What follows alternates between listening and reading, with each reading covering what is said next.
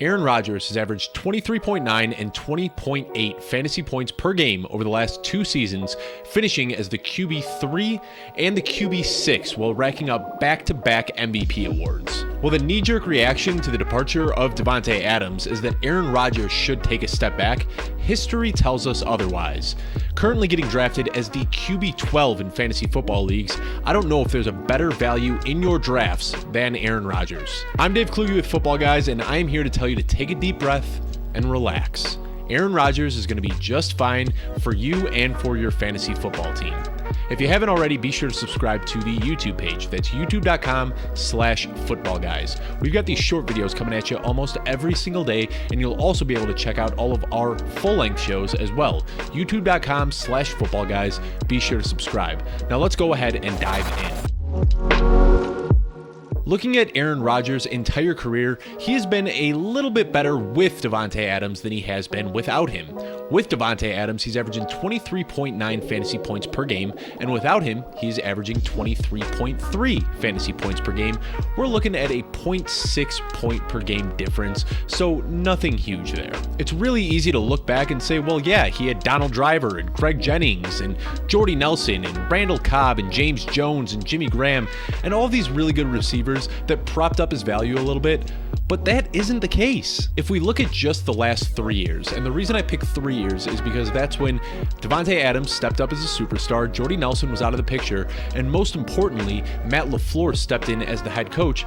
Aaron Rodgers has actually been significantly better without Davante Adams. Since 2019, Aaron Rodgers has averaged 23 points per game with Davante Adams and 27 points per game without him. To put that into context, 2019, Lamar Jackson broke fantasy football. He is the only quarterback in NFL history to average more than 27 fantasy points per game. How is it possible that Aaron Rodgers gets better when he doesn't have his best weapon on the field? The secondary guys that he's been playing with are Aaron Jones, Allen Lazard, Marquez Valdes-Scantling, Mercedes Lewis, Robert Tonyan, A.J. Dillon. Nobody to write home about. A look behind the numbers shows that Aaron Rodgers is actually more efficient when he isn't force-feeding Davante Adams. His touchdown rate goes up, his interception rate goes down, and he passes for almost 40 more yards per game despite having almost identical pass volume. When Matt LaFleur showed up a few years ago in Green Bay, it elevated Aaron Rodgers' game to something that we have never seen before. He has been an efficiency monster, picking defenses apart on his way to back-to-back MVP awards. Rodgers is getting pushed so far down draft boards at this point, he might be going undrafted in single QB leagues, which is wild. He is poised for at least another top 6 season.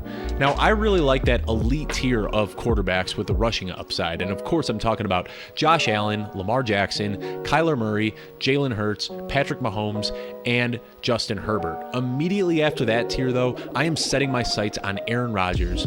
I know that it's scary with Davante Adams not being in the picture, but you are betting on one of the best talents in NFL history. Thank you so much for checking this out. Be sure to subscribe at youtube.com/footballguys so you see these coming at you every single week.